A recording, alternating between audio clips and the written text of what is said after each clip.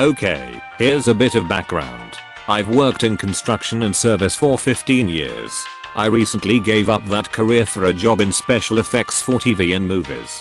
Last year I started a production with people I've worked with in the past, in a known quantity, and my smart ass attitude usually precedes me. This production, which isn't out yet, so the details will be sparse, is mostly set on a train.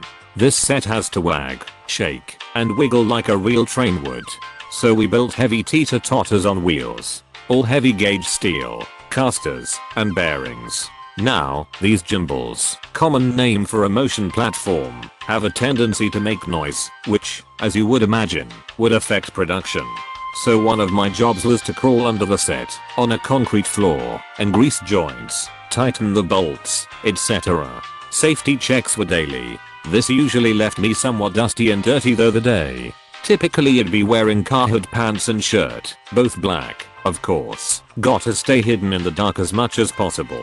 Most film departments that have to do something physical quite often wear black on black, so anything else is abnormal. This is where we lead into my MC. One day I got a small hole in my shirt, just a little smaller than a dime, right on the front. So the first assistant, friend of mine, that I've worked with before, says I really need to dress better as there should be an image we should attain. I just look at him unbelievingly for a second, and he insists. So I agree. I usually agree to things immediately, to keep drama down in the workplace. I immediately know what I'm going to do for the rest of the week. This was on a Tuesday. The next day, I show up in my best dress clothes. Shirt, tie, dress pants, and dress shoes. Completely, 100% wholly overdressed. Nobody dresses for a wedding in any film department, unless it's a themed day, like Tropical Shirt Friday. Dressed like this, I cannot do my job, so I just direct co-workers on how to do it. I spent the next 3 days dressing like that, until the SPFX coordinator mentioned that maybe I should dress down now, as I had made my point.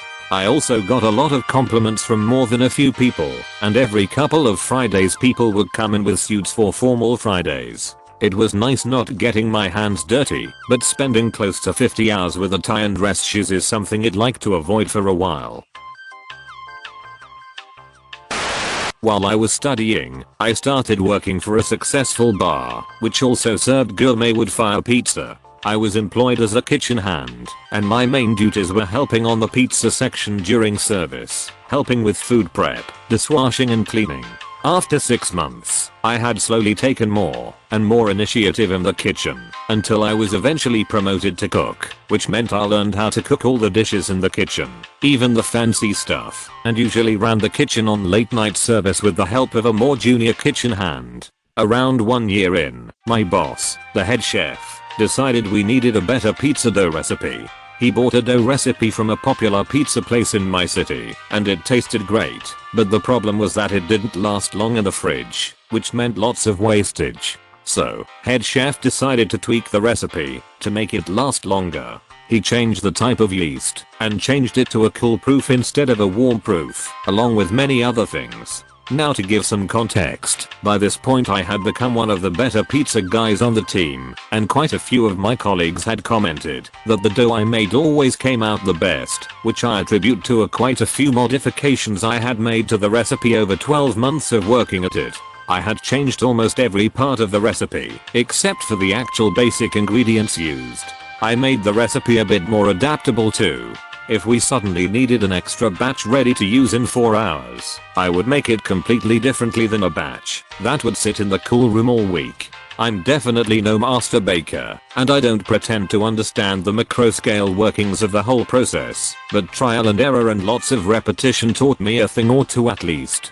Head chef never said a word about me quietly tweaking the recipe, because the feedback from the customers was almost always good, and he was getting all the credit.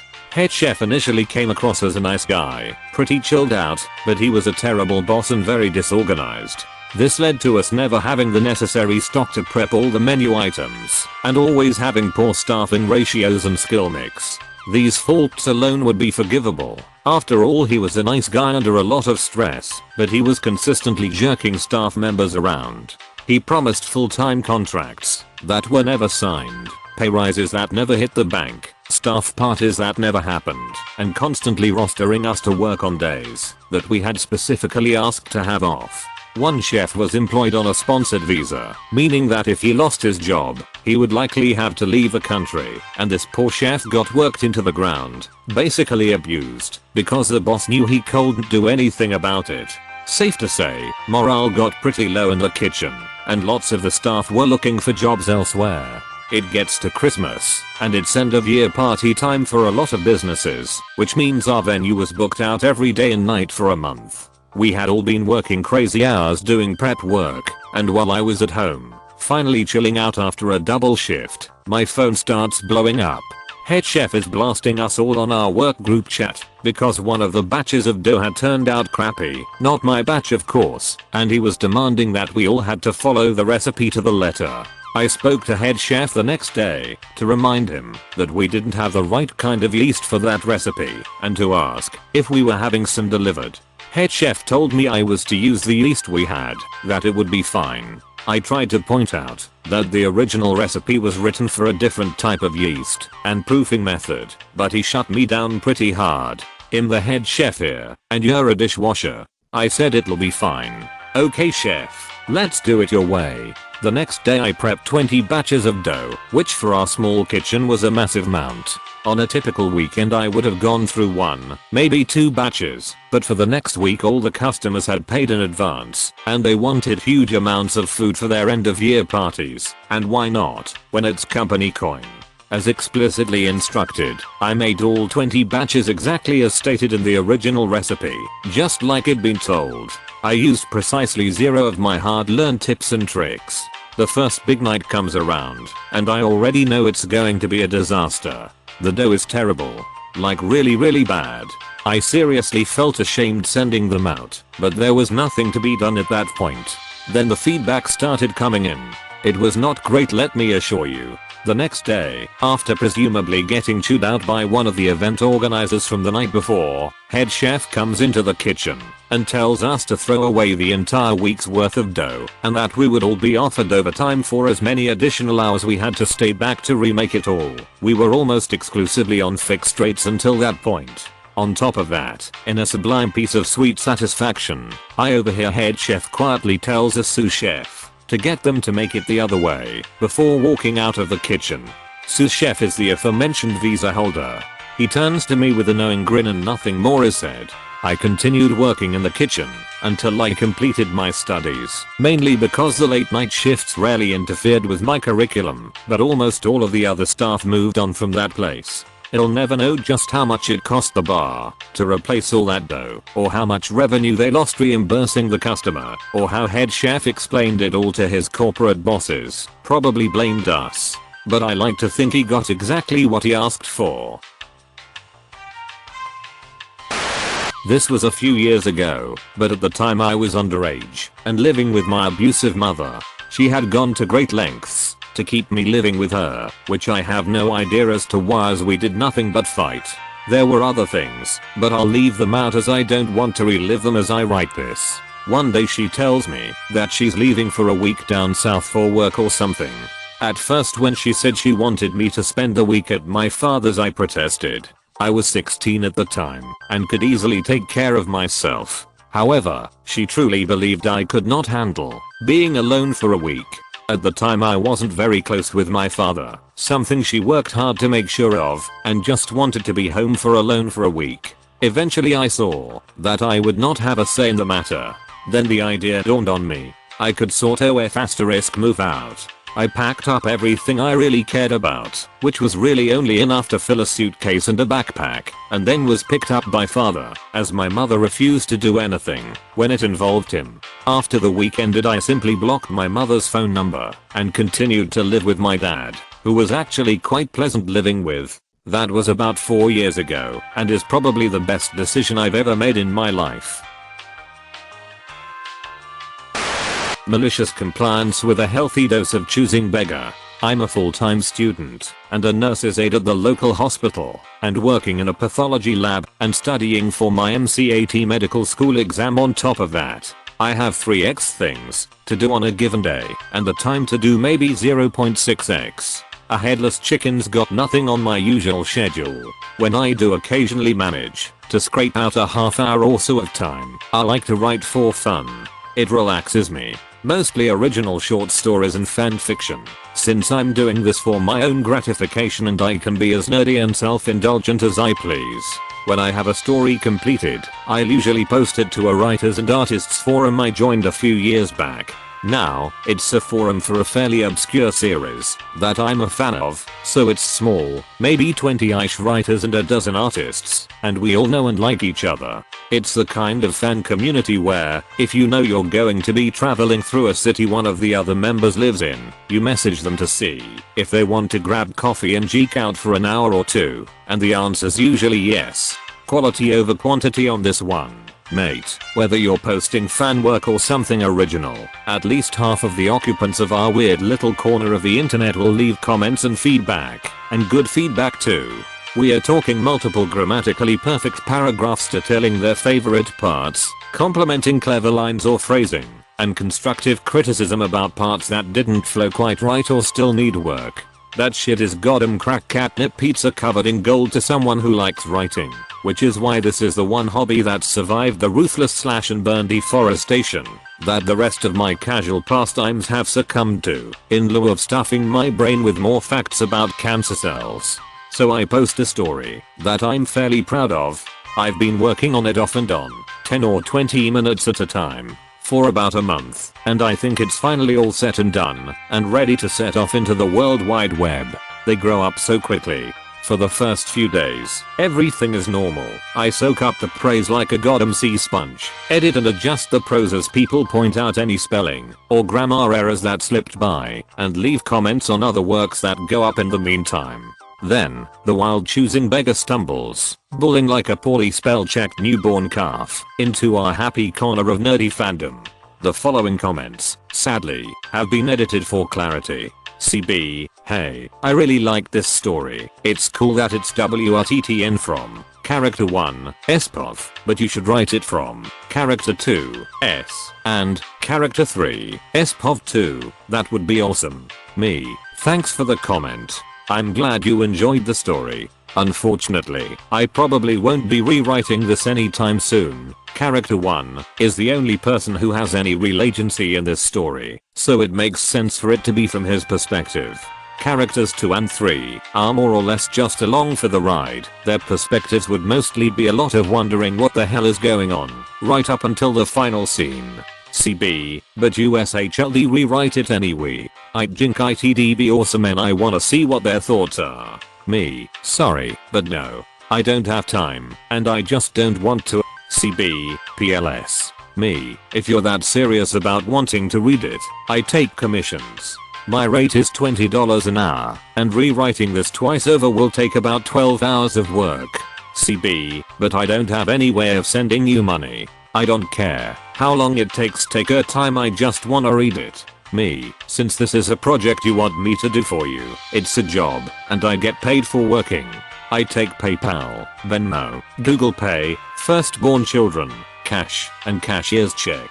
I'll require half upfront. CB, but you like writing, so you should write this. Me, I like writing my stories. This is not something I want to write, it's something you want me to write. CB, but you wrote story for a November on this site. A description even says it's a gift for him. Me, yeah, and he illustrated one of my original short stories in return. It was an art trade, and it was during the summer anyway, when I'm way less busy. He's my friend. I don't know you. CB, but you did it for free for him, so you should write this for me.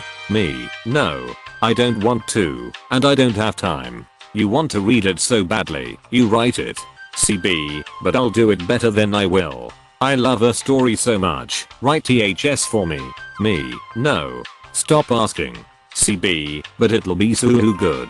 PLS. CB, don't be a jerk, just write it. CB, I have a GR8 idea for a story you should write, I'll give it to you for free. CB, when are you going to write THT story? I wanna read it. Dear readers, this goes on for 3 bloody weeks, slowly fraying the already rotting rope of my sanity. The CB has been using a guest account, and as soon as I block one, they create another and continue spamming me. 2 or 3 messages a day. If I don't reply, it's 5 or 6, complaining that I'm being ungrateful and not replying to my fans. As I mentioned, writing is my stress relief, but this puts a rapid end to that. I have a moderate amount of anxiety problems anyway, and after a few days of this, I start flinching whenever I hear my email notification noise, convinced that it's going to be more pleading, whining, and abuse that I'm going to have to wade through to get to the emails I actually need. So not only do I no longer have access to my usual source of quick and easy stress relief, it's actually adding more stress on top of the Sisyphean pile provided by real life. Even the live-in boyfriend creature notices that I'm getting even more neurotic than usual, and it once took him 4 days to notice that I had dyed my waist-length hair from auburn to fluorescent purple. After I had told him that I was going to, he was still surprised.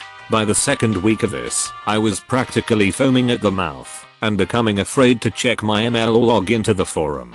It burned like the tongue-destroying lava of molten hot pocket that this one pushy little fuckbucket was doing such a thorough job of obliterating something that I had enjoyed, but I couldn't figure out what to do about it besides leaving the forum entirely and setting off to seek a completely new set of friendly, creative, encouraging internet friends who are all into this one series niche enough that it may or may not show up on most fanfiction sites. Right. And then, when it seemed the battle was lost, and there was nothing to do but to flee the burning ruins of my former fandom, the CB made their fatal error. It's worth noting that 2 of the characters have kind of an ambiguous relationship in the official series. Depending on who's writing any given episode, they could come across as father/son/mentor/mentee type, as frenemies, or as heavy flirtation, drowning in sexual tension as thick as jello. I have no real stance on which one of these is the right way of portraying the characters. My story used the father/son dynamic, just because that's what worked best for the tone I wanted. However, throughout the entire ream of comments attempting to persuade me to put aside my life and write about 30 some pages of free fiction for them, the CB has also been rambling about how great it is that I use the father/son dynamic. About 40 comments and messages in, CB mentions passingly how sick and disgusting they find the stories that depict the characters as dating or in a relationship, and that it's practically incest. The characters are adults who know each other professionally and are in no way related. And that, ladies and germs, is when the muse doth strike. Normally, I write pretty slowly, since I'm doing it only for fun. For the first time in weeks though, I have something into which I can channel my impotent stress and rage, and I make this little project a priority. Break between classes, I pull my laptop out and write, after making very sure no one can see over my shoulder. In the pathology lab, waiting for the ancient computer to boot up. On my phone, editing. At the hospital, if I wasn't actively helping a patient or charting care, I was trying to think of ever more graphic euphemisms for sex. Finally, my glorious monstrosity is done, and I have one final conversation with the CB. CB, are you ever gonna freaking write that stree? Me, I already said that I'm not going to write that one, but tell you what, since you've been so patient, I wrote something else I think you'll like. I'll put it up tomorrow. CB, hells yay, I still want that one, but I'll take this one too. Bright and early the next day, I post my horrific masterpiece. It is graphic. It is cringeworthy. It features the phrase, "Spank me harder, daddy." It is dedicated, in nice big letters, to CB, who inspired it. I post it and wait, and CB does not disappoint. Within 5 minutes, I can see that they've opened it, and within half an hour, I have 3 caps locked comments screaming about what a sick, perverted monster I am. I have to smile. I'm the only one the CB has been harassing to write a free novella for them, but they've been making themselves unpopular on the rest of the forum too. If a story is posted, they'll leave a list of about 30 to 40 questions that they want the author to answer for them, half of which are usually answered in the story itself, if they bothered to read it, and then they get angry when the author doesn't immediately take 2 hours to write them a detailed analysis of their own work. If a picture goes up, the CB starts demanding that the artist write them a paragraphs-long story about what's happening, and, surprise surprise, gets pissier than a urine-soaked diaper when they are ignored. The non-fandom discussion boards? Deader than a Zoom, after CB starts leaving vaguely creepy comments on the pictures of people's pet dogs, and pushing for way too many personal details. The entire forum is frustrated, and about to burst, like Terry Jones offered a teensy-weensy little wafer Thin Mint, and when they see my story dedicated to the CB, and CB's subsequent profanity-laced vitriol, that morbidly obese Monty Python explodes all over the webpage, showering it into and viscera, in a lot of ways. Once they realize that this particular pairing is the fire to CB's Frankenstein monster, the silver to their werewolf, the well-plotted character development to their Stephanemia, the forum responds with admirable alacrity. They want us to write and draw things for them? Fine, we'll write for them. Within a day, every new piece going up features this one relationship, as explicitly as possible. New art. It's those two characters, banging like Viagra up bunnies on the hood of a police car. New story, office sex and handcuffs, and every possible permutation of daddy kink. All of them dedicated to CB, who just keeps blowing a gasket every single time. What's even better is that someone has the bright idea to put a temporary lock on their work, meaning that it can't be seen or commented on until they remove the lock. Within a week, the only stuff publicly visible is increasingly graphic and ridiculous smut, and CB just never seems to run out of rage. Fun side note, 2 of the forum members were / are semi-professional cosplayers, and decided to road trip 3 hours to make a video of themselves cosplaying these characters making out, complete with orgasmic moaning noises and barely stifled laughter. It was the first time they'd ever met, but apparently it went well, because they started dating not long after. The entire forum keeps this up for about 2 weeks, competing to see who can write the best / worst smut, and who can piss CB off the most. The forum banner is changed to a nice big graphic close-up mid-coitus. We start comparing which adjectives we get vis-a-vis rants. They said I was an abomination. Top that. Man, all I got was, you're horrible. I'll have to try harder tomorrow. Finally, the ahem climax hits. CB posts a 5-page rant on the discussion forums about how we are sick incestuous monsters who are destroying the only people who really care about this fandom, and how we don't deserve their attention or their ideas anymore. And then, at long last, they're gone, disappeared like Rumpelstiltskin in a fit of apoplectic rage. We leave the porn and privacy settings up for another week or 2, to be sure, and then we finally go back to writing and posting for fun, and welcoming in any noobers who have the sense not to immediately start demanding tribute. The era of defensive application of smut is over, peace is restored to the fandom, and everyone goes back to only a normal level of ridiculous fanfiction porn. If you enjoyed the stories, slap the like and subscribe button for more of them, and don't forget to support the original writers with an upvote. Links are in the description. Peace out, and catch you tomorrow.